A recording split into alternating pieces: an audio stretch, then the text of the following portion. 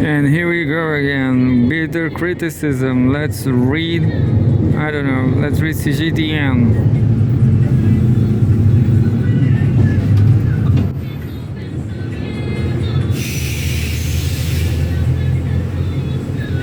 Cgtn Daily.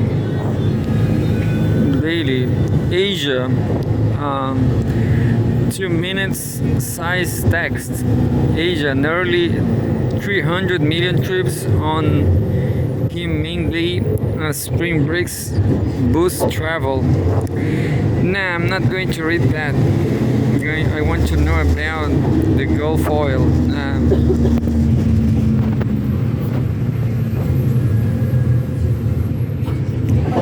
China is talking about the Strait of Hormuz, talking about oil.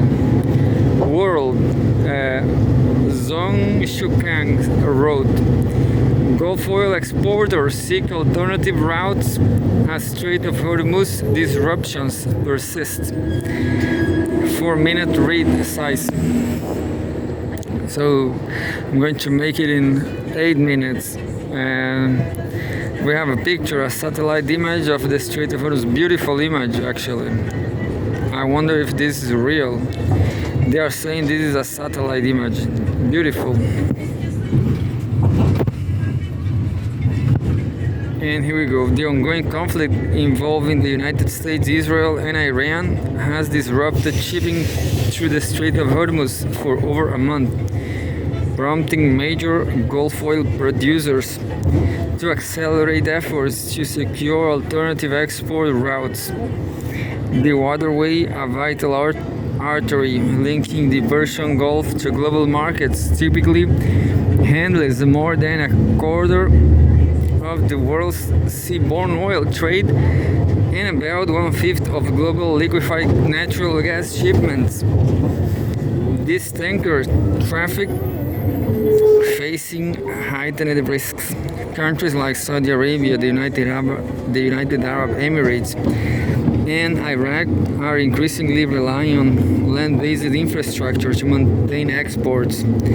Definitely, they are shipping their oil through routes, through trucks, trains.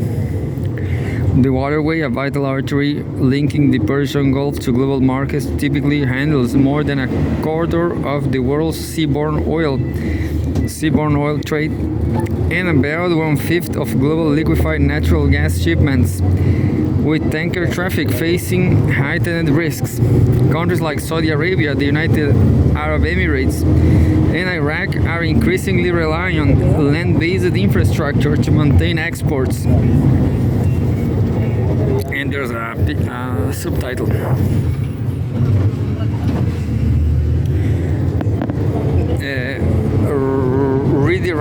Redirecting exports to the Red Sea and Gulf of Oman. According to media reports, Saudi Arabia and the United Arab Emirates (UAE) have turned to existing pipeline networks that bypass the Strait of Hormuz, redirecting crude oil flows toward the Red Sea and the Gulf of Oman. Saudi Arabia's East-West pipeline, which stretches over 1,200 kilometers from its eastern oil fields to the Red Sea port of Yanbu Port, has emerged as a key alternative. Originally constructed during the Iran-Iraq War to mitigate similar risks, the pipeline is now operating at near full capacity. Saudi Aramco President and CEO Amin Nasser recently said the pipeline remains the kingdom's only viable alternative export route under current conditions, noting that crude shipments are being redirected to meet contractual obligations. Market estimates indicate the pipeline is transporting up to 7 million barrels per day, including supplies for domestic refineries and exports via Yanbu. Additional refined products are also being shipped from the Red Sea coast. Meanwhile, the UAE is utilizing the Abu Dhabi crude oil pipeline, which links inland oil fields to the port of Fujairah, the 420-kilometer pipeline operational since 2012, allows Abu Dhabi to bypass the Strait of Hormuz by exporting directly to the Gulf of Oman. The pipeline has a rated capacity of 1.5 million barrels per day. Data from market analysts suggest exports from Fujairah have increased notably in recent weeks.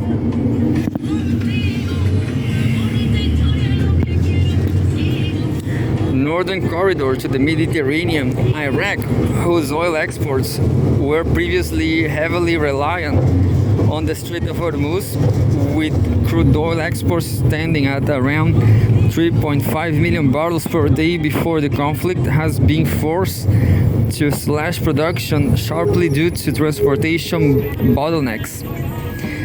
To restore part of its export capacity, Iraq has reactivated a northern pipeline corridor linking oil fields in Kirkuk to the Ceyhan port, located on the eastern Mediterranean coast of Turkey. The pipeline, running through the semi-autonomous Kurdistan region and into Turkey, has resumed operations with an initial capacity of about 250,000 barrels per day. Iraqi authorities have also moved to rehabilitate an additional 300-kilometer pipeline segment designed to bypass the Kurdistan region and connect directly to the Turkish border. According to Iraq's Ministry of Oil, the combined capacity of these routes could reach up to 650,000 barrels per day in the near term. Plans are also under discussion to expand export infrastructure further, including a potential pipeline linking Iraq to the Syrian Mediterranean coast. Subtitle: Truck-based over land transport. While reliance on pipelines has grown, analysts have pointed out that total alternative pipeline capacity at around 9 million barrels per day is still far below the normal shipping volume passing through the Strait of Hormuz, which averages roughly 20 million barrels per day. Barrels daily. Cgtn Daily from Chile. This is Valparaíso, Playa Ancha. And right here we are in Pacifico neighborhood, Pacifico Street, beautiful. I like very much here, and over there, which is, I forgot the name over there, well, I will remember that later. As a supplementary measure, Iraq is considering transporting crude oil by truck to ports such as Syria's Baniyas port and Jordan's Aqaba port. However, this method faces significant limitations. Truck transport is costly, slow, and inefficient, with each vehicle typically carrying between 100 and 700 barrels per day. Meeting the demand for transporting transporting hundreds of thousands of barrels per day will require thousands of trucks, which also remain vulnerable to potential attacks. Security risks remain a major concern for all alternative routes. Pipelines and overland transport corridors are within range of missiles and drones amid the ongoing conflict. Rising tensions in the Red Sea have further complicated the situation, with concerns that checkpoints such as the Bab al-Mandeb Strait could also face disruptions. Definitely, maybe that's going to happen.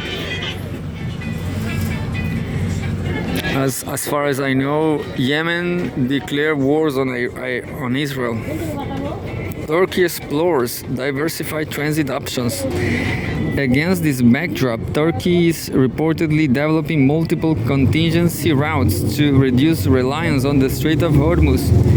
According to Turkish media reports, 5 alternative corridors are under consideration, combining both land and maritime transport.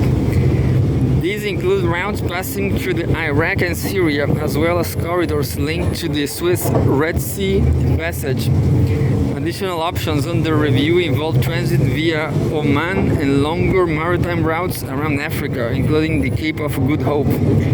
Analysts say such diversification efforts underscore growing concerns over supply security and highlight the strategic importance of building resilient and flexible energy transport networks in an increasingly volatile geopolitical environment. And I didn't remember how is the name of the neighborhood above.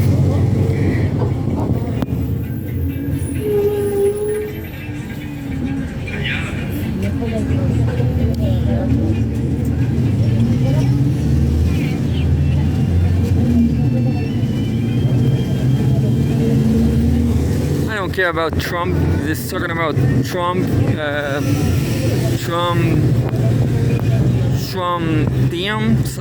team. I'm going to read the very last one. I know that Trump fired a lot of generals, and some top generals said that madman Trump will destroy the army. So everything about the US is scrambling.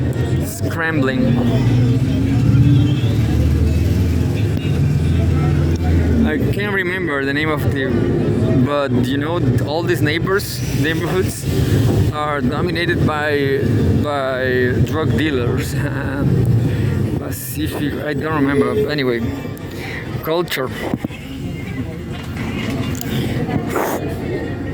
From 12 billion yuan upward, how China's film industry is leveling up. 5-minute read at a huge text.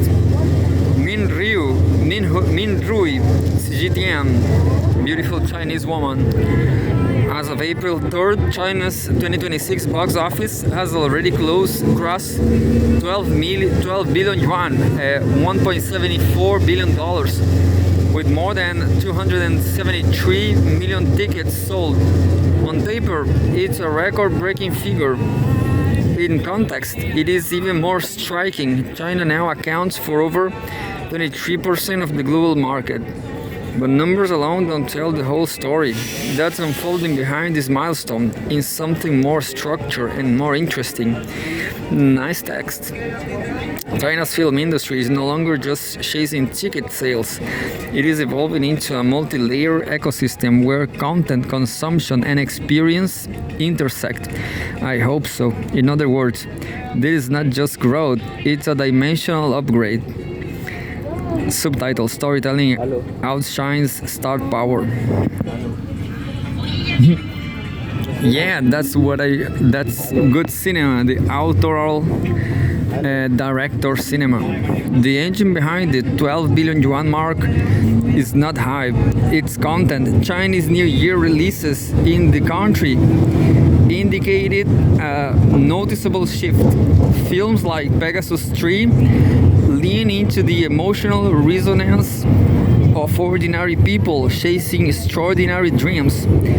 Blades of Guardians reimagines the wuxia martial art film genre with modern cinematic language. I don't like that, but anyway, I don't like kung fu movies. Movie posters from Chinese New Year releases. What ties them together is a clear pivot away from the old formula of popular franchises and famous celebrities. Today's audiences are voting with their feet and their ratings. Nearly 40% of current releases score above 8.0 out of 10 on Beacon Pro, one of China's movie data platforms. This signals as a growing preference for well-crafted storytelling over pre-packaged spectacle. The shift is also cultural. Films from China are no longer just dominating the country's box office. They are shaping cultural identity. Blades of Guardians has reportedly surpassed $214 million globally, setting a new benchmark for wuxia films, while Pegasus 3 has climbed to the top of the global annual box office with $555 million. Wuxia Films, I'm going to send my CV there. These are not just commercial wins, they suggest that Chinese stories grounded in Chinese culture yet emotionally universal are beginning to travel. Subtitle. A more open market with diversity. China's film market is not turning inward, it's opening up, but on its own terms. In March alone, more than 30 films, including both Chinese and international releases, hit theaters, with imported titles making up roughly 1/3 of releases, a significant jump from previous years. From the big budget sci-fi project Hail Mary release, Sing with North America, to Hopper's Gold, Wuthering Heights, and the Oscar-nominated Marty Supreme, the range is broader and it accommodates a wider array of options. And a picture of the 4 movies cited. Movie posters for March releases. This is not just about quantity. It reflects a more mature ecosystem where supply and demand evolve together. Audiences in China, shaped by years of moviegoing, now lean toward films that deliver strong emotional payoff and narrative coherence. Yeah, such a good critic. Now lean toward films that deliver strong emotional payoff and narrative coherence. So Cgtn is making a critic of the traditional bad industry and bad movie industry. At the same time, high quality international films still find success. They offer alternative storytelling styles and technological benchmarks, pushing domestic productions to keep innovating. To date, Project Hail Mary has had gross 158 million yuan, $23 million at China's domestic box office. It's a classic, quote-unquote, catfish effect. Competition sharpens everyone. The last subtitle, maybe.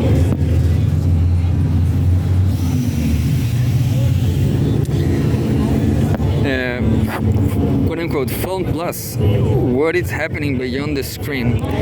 If box office is the headline number, the real value lies in what it unlocks. In 2026, China's total film-related industry output is estimated to exceed 180 billion yuan, according to local reports. In practical terms, one movie ticket now activates a much larger chain of consumption, from tourism and dining to cultural products. This is where the quote-unquote Film Plus model comes in. Government-backed initiatives like, quote, 2026 Film Economy Promotion Year are turning movies into gateways. Subsidies lower the cost of entry. Campaigns like quote-unquote travel with films transform shooting locations from Sichuan's Ganzi to Xinjiang's Karamai into tourist hotspots. Funny, isn't it? Movies make the imaginary of people. Meanwhile, tie-ins with food and intangible cultural heritage bring on-screen stories into everyday life. And maybe the last one, subtitle.